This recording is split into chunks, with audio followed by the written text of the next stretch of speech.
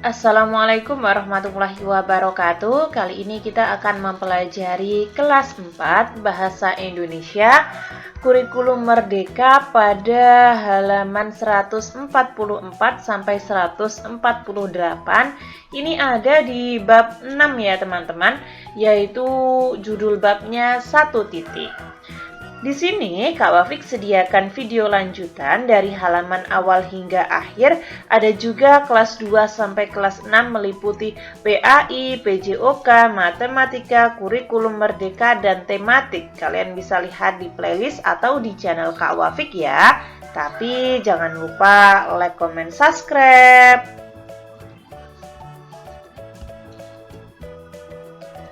Mari kita mulai membaca. Anak-anak Merapi. Langit masih semburat merah.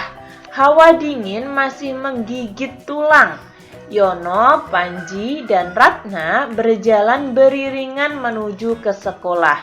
Mereka berangkat lebih pagi untuk tugas piket. Semoga Merapinya baik-baik saja, gumam Panji. Anak-anak itu tinggal di lereng Gunung Merapi. Beberapa tahun lalu, wedus gembel menjadi buah bibir orang se-Indonesia. Wedus gembel membabi buta, menghanguskan apa saja yang dilaluinya. Seluruh penduduk desa harus mengungsi sampai kondisi membaik kembali. Wajar jika Panji memiliki harapan seperti itu. Gunung Merapi merupakan gunung aktif di Indonesia. Letaknya di antara Provinsi Jawa Tengah dan Daerah Istimewa Yogyakarta. Ketinggiannya mencapai 2.930 mdpl atau meter di atas permukaan laut. Sejak tahun 1548, gunung ini sudah meletus lebih dari 60 kali. Semburan hawa panas tebal bergumpal-gumpal yang dikeluarkan oleh gunung ini dinamai wedus gembel. Kenapa? Karena bentuknya menyerupai bulu kambing gembel alias domba. Kata bapakku, Gunung Merapi itu penting bagi kehidupan masyarakat di sini. Kalau Merapi akan meletus, kita sebaiknya menyingkir sebentar. Abu dan lava yang dikeluarkan itu baik untuk menyuburkan tanah. Ratna angkat bicara. Iya, imbuh Yono. Buktinya sekarang sawah dan kebun kita makin subur.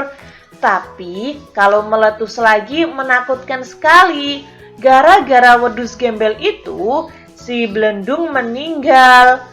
Mendung menyelimuti wajah Panji ketika dia teringat sapi kesayangannya. Ratna dan Yono ikut sedih, tetapi tertawa mendengar Panji mengucapkan kata meninggal untuk sapinya. Mereka meminta Panji lapang dada menerima kenyataan tersebut. Bekas aliran lava Merapi malah menjadi pemikat wisatawan ya. Pamanku sering mengantar mereka dengan jeep, ujar Yono. Aku belum pernah naik jeep. Kapan-kapan ajak aku ya, Ratna memohon kepada Yono. Dia sedikit iri. Banyak wisatawan datang ke Merapi untuk bertualang naik jeep menyusuri Gunung Merapi. Namun dia sendiri belum pernah mencobanya.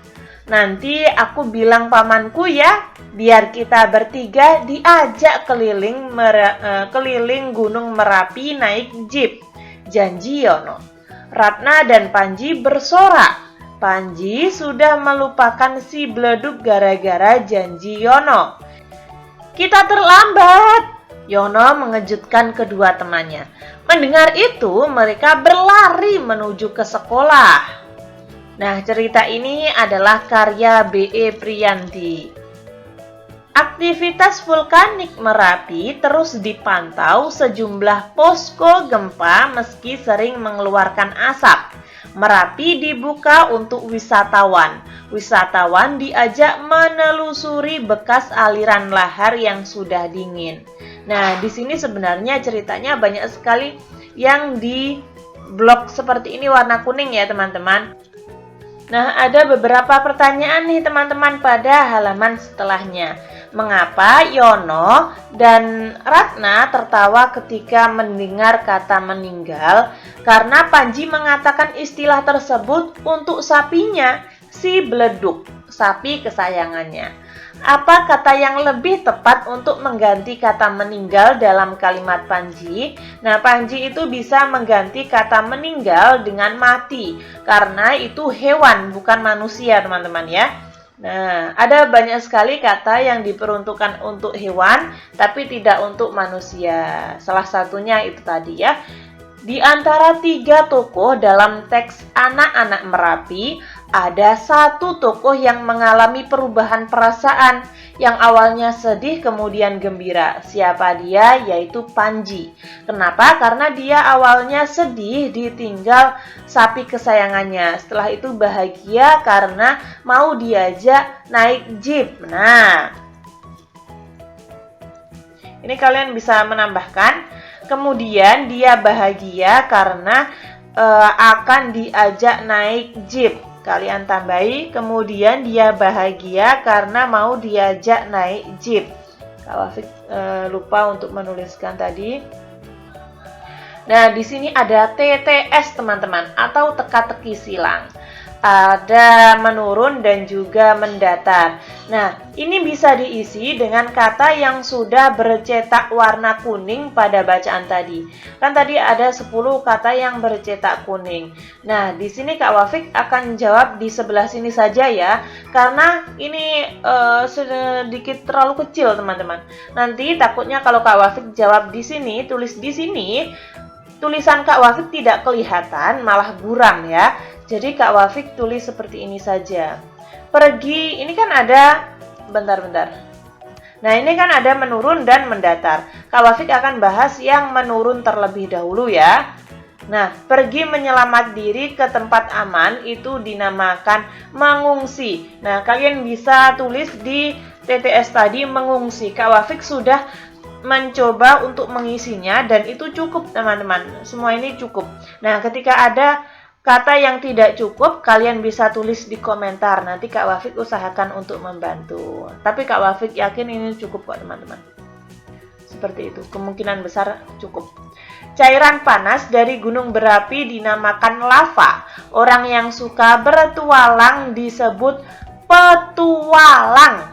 Atau ini kan berpetualang kan kegiatannya. Orangnya dinamakan petualang.